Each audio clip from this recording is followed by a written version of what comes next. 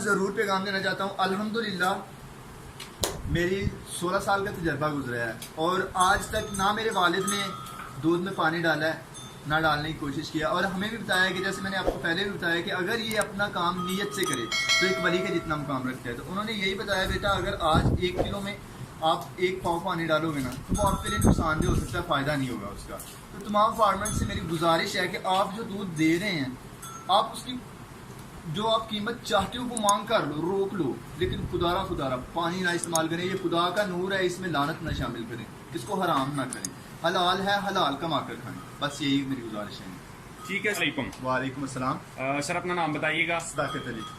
सदाकत साहब, आप ये काम कितने अरसे से कर रहे हैं? अल्हम्दुलिल्लाह जनाब, मैं ये काम तकरीबन 16 साल से कर रहा हूँ।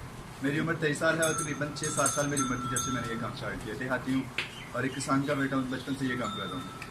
माशाल्लाह सर, 6 साल की उम्र में आप इस कारोबार में कैसे आ गए? 6 साल की उम्र में ऐसे आ गया कि मेरे वालिद काम करते थे तो उनके साथ ही खेतों में चले जाना, उनके साथ ही सारे काम करने। यहाँ तक कि जब उन्होंने दूध धोने के लिए आना तो मैंने बर्तन लेके आना, डोल लेके आना कि आप दूध धो लें। मैंने आगे चोकर डाला। इस तरह मैं इस काम में 6-7 साल की उम्र में इंटर हो गया। सर 6-7 साल की उम्र में लोग स्कूलों की तरफ जाते हैं, आपको भैंसों का शौक ही क्यों पड़ा? हाँ, स्कूल का शौक भी था और उसके साथ साथ पैसों का शौक भी था, इसलिए कि ये हमारे घर का काम था। ठीक है, हमारे आबाओ अजदाद ने किया, हमारे वालिदैन ने किया, उसके बाद हमने भी यही करना था। अगर हम पढ़ते भी हैं तो उसके बाद भी हमें घर आके यही काम करना था। स्कूल से वापसी आने के बाद यही काम करते थे, स्कूल जाने से पहले भी करके जाते थे, वापसी आकर भी ये काम करते थे। सर बताइएगा, अभी आपके पास कितनी बफलोज हैं?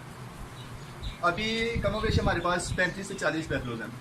सर आप माशाल्लाह बता रहे हैं 6 साल की उम्र में आप भैंसों में आ गए, 16 साल का तजुर्बा आपका कैसा रहा? हाँ अल्हम्दुलिल्लाह बहुत बेहतर रहा, जिसमें 16 साल की उम्र में तकरीबन 2 साल मैंने बाहर गुजारे हैं जी। एजुकेशन के मसले में मैं बाहर रहा हूँ गाँव से। बाकी मैंने 14 साल इन्हीं में गुजारे हैं और बहुत अच्छा एक्सपीरियंस रहा है। सर भैंसों से आप कितना सेटिस्फाइड हैं? बेस्ट से मैं 100% सेटिस्फाई तो नहीं हूँ, लेकिन मैं इतना कह सकता हूँ 80% सेटिस्फाई हूँ। सर जो 20% रह गया है वो आप क्यों नहीं सेटिस्फाइड? वो इसलिए कि इनके कुछ नुकसान हैं, जिससे मैं नुकसानात की बात करना चाहूँ तो यूँ कहूँगा कि ये जो पैसे हैं जी। इनके बहुत ज़्यादा फ़ायदे हैं, बल्कि आम किसान के लिए इनके फ़ायदे ही फ़ायदे हैं। लेकिन किसान होने के साथ साथ अगर बंदा एक आम देहाती होकर सोचे और इनकी जगह हम जहाँ एक भैंस 2 लाख रुपए की 1.5 लाख रुपए की भैंस लेकर बांध रहे हैं, उसके साथ साथ हम 1 एकड़ 2 एकड़ ज़मीन है जो इनके लिए स्पेंड कर रहे हैं, अगर उस 2 एकड़ ज़मीन में से हम अपनी 1 साल की फसल जो है ना निकालें ना तो एक भैंस के दूध 3 साल दूध देने के लिए वो पैसे बचा सकता है बंदा। लेकिन वो 2 एकड़ ज़मीन का जो हम चारा है वो भैंसों को डाल देते हैं, इस तरह इनका थोड़ा लॉस भी होता है। ठीक है, उसके अलावा जो 2 लाख की भैंस है उसका कोई और काम करे तो अच्छा बेनिफिट भी आ सकता है। इसलिए अगर टेक्निकल तौर पे आप सोचें तो ये आपको लॉस नजर आता है ऐसी लेकिन बात अगर आप देहाती काम, रवायती काम करते जाएं तो फिर आपको 80%। ऐसी बात है, 80% तक मुझे ये सेटिस्फाई लगता है कि ये बेहतरीन काम है। अच्छा सर 80% अब आपने इनके बेनिफिट्स बताए, वो बताइएगा। 80% बेनिफिट्स इस तरह हैं कि एक तो बंदे को यहाँ से अगर वो ये भैंसें नहीं रखेगा तो उसे रेगुलर शहर जाना पड़ेगा, मजदूरी के लिए गाँव से बाहर जाना पड़ेगा, अपने बच्चों को घर वालों को भी अकेला छोड़ना पड़ेगा, उसके साथ साथ जो है खेचल भी करनी पड़ेगी, वहाँ जाके काम मिले या ना मिले। ये है कि ये अपना घर का काम है और हर सूरत में होना ही होना है। ठीक है, इससे अपना दूध देकर हम अपने घर का भी निज़ाम चला लेते हैं। अगर हाल शादी वगैरह का सिस्टम आए तो हम एक आध भैंस देकर शादी का सिस्टम भी चला लेते हैं। इस तरह हमें किसी से कर्जा भी नहीं लेना पड़ता। इस तरह के मामला में ये जो है ना बेनिफिट्स हैं। अच्छा सर, इतने जानवरों के लिए आप कितने बंदे इनको हैंडल कर रहे हैं? इतने जानवरों को हम 4 बंदे हैंडल कर रहे हैं। सर तो मुलाजिम रखे हुए हैं घर के? एक मुलाजिम है, 3 घर के हैं। सर आप माशाल्लाह पढ़े लिखे हैं और आप जब से इस बिजनेस में, कारोबार में आए हैं, आपने कोई टेक्निकल काम इनमें चेंजिंग लाने की कोशिश की या बड़ों की तरह करते जा रहे हैं? दरअसल बात ये है कि हम शहर से काफ़ी पीछे हैं, टेक्निकल से बहुत पीछे हैं। अगर यहाँ पे हम वो निज़ाम लाना चाहें जो साइंस का है या तरक्की का निज़ाम है तो ये ऑलरेडी मैं बता रहा हूँ कि 20% लास्ट में जा रहा है। ठीक है, मेरे माइंड के मुताबिक अगर वो निज़ाम लाएंगे तो हम बहुत ज़्यादा पीछे चले जाएंगे। उसके लिए हमें पहले पावर चाहिए अच्छा, लेकिन हम लोग ये कर रहे हैं कि भैंसों से कमाई करके भैंसें ही बढ़ा रहे हैं, तो इस तरह वो काम हमें शोभा नहीं देता। अच्छा सर, आप 80% तो सेटिस्फाइड है, 20% कब सेटिस्फाइड होंगे? मुझे नहीं लगता कि मैं 20% सेटिस्फाइड हो सकता हूँ। अदरवाइज ऐसा हो सकता है कि अगर तमाम काम छोड़े जाएं, हम इसके अलावा भी काम कर रहे हैं। ठीक है, जैसे मैं स्टडी कर रहा हूँ, घर वाले भी दूसरे काम कर रहे हैं, खेतों के जो खेते हमने भैंसों के लिए स्पेंड कर दिया। उसके अलावा भी खेत हैं जिनमें और भी काम किए जा सकते हैं, जैसे गन्ना वगैरह की फसल लगा रहे हैं या और फसलें लगाते हैं, तो वहाँ पे हम अपना टाइम ज़ाया करते हैं। इधर भी या तो हम एक ही कर लें कि गन्ना वगैरह लगा लें, इनको छोड़ दें, या फिर गन्ना वगैरह छोड़ के इनको रख लें। तो इस तरह मैं इनसे 100% सेटिस्फाई हो सकता हूँ कि प्रॉपर एक काम होगा जिससे नुकसान भी ना हो। ठीक है सर, आप माशाल्लाह काफ़ी तजुर्बा रखते हैं। भैंस की कोई एक खूबी और एक खामी बताइएगा। खूबी के लिहाज से तो खूबियाँ तो जैसे मैंने आपको बताया कि बहुत ज़्यादा हैं। हम 2 लाख का जानवर लेते हैं, 1.5 लाख का जानवर लेते हैं, हम उसे 1 साल तक दूध लेते हैं। उसके बाद क्या होता है कि हम वही जानवर फिर 1-1.5 लाख का बेच सकते हैं, उसके साथ साथ 30-40 हज़ार की हमारे पास उसका बच्चा बच जाता है। ठीक है, इस तरह इसके फ़ायदे तो बहुत ज़्यादा हैं। खामी मेरे लिहाज से तो कोई नहीं है। इसका गोबर भी हमारे लिए फ़ायदेमंद होता है, ये तकरीबन हर लिहाज से फ़ायदेमंद है। आपके नज़रिए के मुताबिक इनमें फ़ायदा ही फ़ायदा है? फ़ायदा ही फ़ायदा है। अच्छा सर, एक आम इंसान जो भैंसों को नहीं जानता वो भैंसों का काम शुरू कर सकता है? जो भैंसों के बारे में नहीं जानता उसे स्टार्ट में थोड़ी परेशानी शुरू कर सकता है। कोई भी कारोबार है, चाहे वो देहाती हो चाहे वो शहर में हो, जब एक बंदा उसके बारे में नहीं जानता तो उसके फील्ड में आएगा, कुछ देर के लिए उसे लॉस उठाना पड़ेगा, उसके बाद वो स्टार्ट कर सकता है। लेकिन भैंसों का मामला ऐसा है कि 2-3 साल तो परमानेंट ज़ाया करने पड़ेंगे। शहर में किसी भी काम पे 2-4 माह के बाद भी समझ सकते हैं, लेकिन इन पे पूरा टाइम देना पड़ेगा। 2 साल के बाद भी कोई ऐसे वाक़यात आ सकते हैं जिनकी समझ नहीं आती है, यानी कि सीखना पड़ेगा पहले। सीखना पड़ेगा, ऐसी बात है। अच्छा सर, आप इनको कहाँ तक सीख रहे हैं? मैं अल्हम्दुलिल्लाह एक बच्चे को पाल कर उसके माँ बनने तक तकरीबन हर मरहले से गुजरा हूँ और अच्छी तरह जानता हूँ क्या मामला। सर, बड़ा ही अहम क्वेश्चन बताइएगा कि एक भैंस जब गब्बन होती है, गब्बन से लेकर उसके बच्चा देने तक कौन सी एहतियातें करनी चाहिए और कौन सी उसे खुराक देनी चाहिए?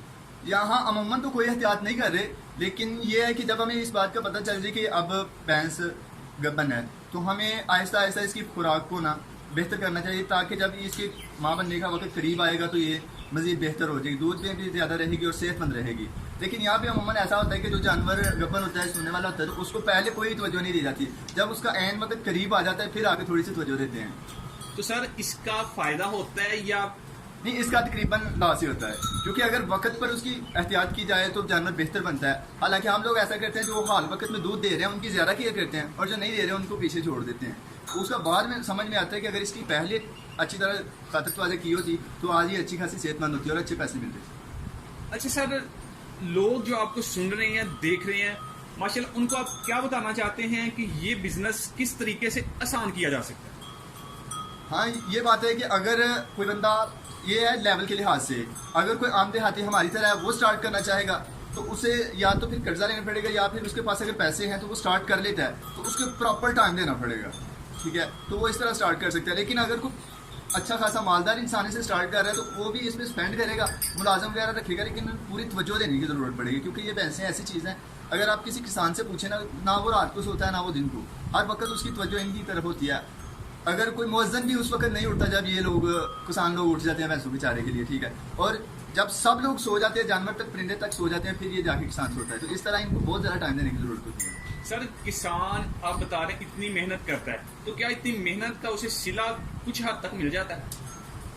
अल्हम्दुलिल्लाह ये ठीक है। अगर हम अपने तौर पे देखें ना, किसान की नज़र से देखें तो जो दूध के कीमतें हैं उस लिहाज से किसान को नहीं मिलता। लेकिन अगर हम अगले जिनको दे रहे हैं उन शहरियों के लिहाज से देखें, जो गरीब लोग हैं, जो ये 1 किलो भी खरीदना, सिर्फ 1 किलो भी खरीदना जिनके लिए मुश्किल है, अगर उनके लिहाज से देखें तो फिर मुनासिब है। अगर हम सिर्फ अपनी तरफ से देखें ना तो हमारे अखराजात पूरे बड़ी मुश्किल से होते हैं, क्योंकि 1 किलो जो है, मतलब हम 1 मंडे का जो तोड़ा है 1700-1800 रुपये में मिल रहा है। अगर एक भैंस को डाले तो 16-17 दिन तक चलेगा। ठीक है, यानी कि ये बिजनेस खिदमत खलक करके भी अगर देखा जाए तो ये उसमें भी आता है। बेशक ऐसी बात है।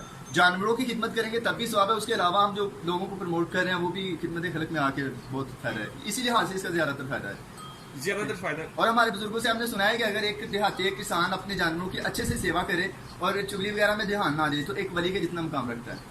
माशाल्लाह। अच्छा सर, बताइएगा कि भैंसें जो हैं ये कितना इंसान को फायदा दे जाती हैं? मैंने आपको ऑलरेडी पहले भी बताया कि भैंसों के लिहाज से अगर देखेंगे ना, इंसान अपने माइंड को आगे की बढ़ाने की, ज़्यादा ऊपर जाने की नहीं सोचेगा, सिर्फ अपनी लाइफ को सेटलमेंट में रखेगा तो भैंसें बहुत ज़्यादा फायदा दे जाती हैं। सर, लाखों रुपए कमाए जा सकते हैं इस कारोबार? अल्हम्दुलिल्लाह लाखों रुपये कमाए जा सकते हैं। सर, 35 बफलोज आपने पाली हैं, एक मंथ का बता सकते हैं कहाँ तक आप इनसे फायदा ले रहे हैं?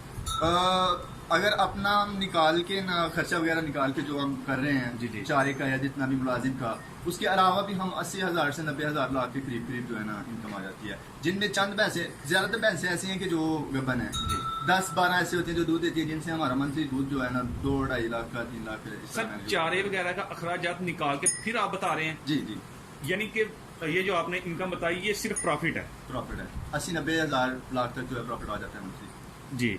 अच्छा सर, एक माशाल्लाह तजुर्बे के मुताबिक बताइएगा, एक भैंस के ऊपर डेली का खर्चा कितना आता है? एक भैंस के ऊपर तो एक, जैसे मैं बता रहा हूँ कि अगर ज्यादा होगी तो फायदा होगा, अगर 1-2 है तो इंसान को मुश्किल ही है कि एक तो उसने 4 लाख बांधा है, एक बंदे की दिहाड़ी 1,000 रुपये है, यहाँ पे वो सिर्फ 4 किलो या 5 किलो दूध ले रहा है, 500 रुपये का अपनी दिहाड़ी अलग से जाया कर रहा है, चारा अलग से जाया कर रहा है, फंडा अलग से डाल रहा है। तो इस तरह अगर तो ये काम बड़ा होगा, 35-40 बैफलोज होंगे, फिर तो ये होगा बेनिफिट्स के तौर पर, क्योंकि अगर हम उसके लिए बंदा भी हायर करेंगे तो 15-16 हज़ार सैलरी देंगे, उसके बाद वो इतनी ज़्यादा कुछ चारा डालेगा, ज़्यादा दूध आ जाएगा, तो वो फायदेमंद हो जाएगा। लेकिन 1-2 रखेंगे तो उस लिहाज से नहीं, जैसे 1-2 पे जो जानवर अगर 2 भैंसें हम रखते हैं तो उस पर हमारा पर डे का जो है ना 700-800 रुपया 1,000 तक खर्चा आ जाता है। 700-800 रुपया। जी सर नस्लों के हवाले से थोड़ा सा एजुकेट कीजिएगा, नस्ल किसे अच्छी कहेंगे? नहीं, नस्ल के बारे में मेरा कोई इतना तजर्बा नहीं है, हालांकि मैंने, हाँ इस बारे में मैं कुछ कह नहीं सकता क्योंकि मैंने इतना तवज्जो नहीं दी, जिन कामों में तवज्जो देता था मैंने आपको बता दिया। ठीक है। सर लास्ट पे कुछ पैगाम अपने फार्मर लोगों को देना चाहते हैं तो वो बताइएगा।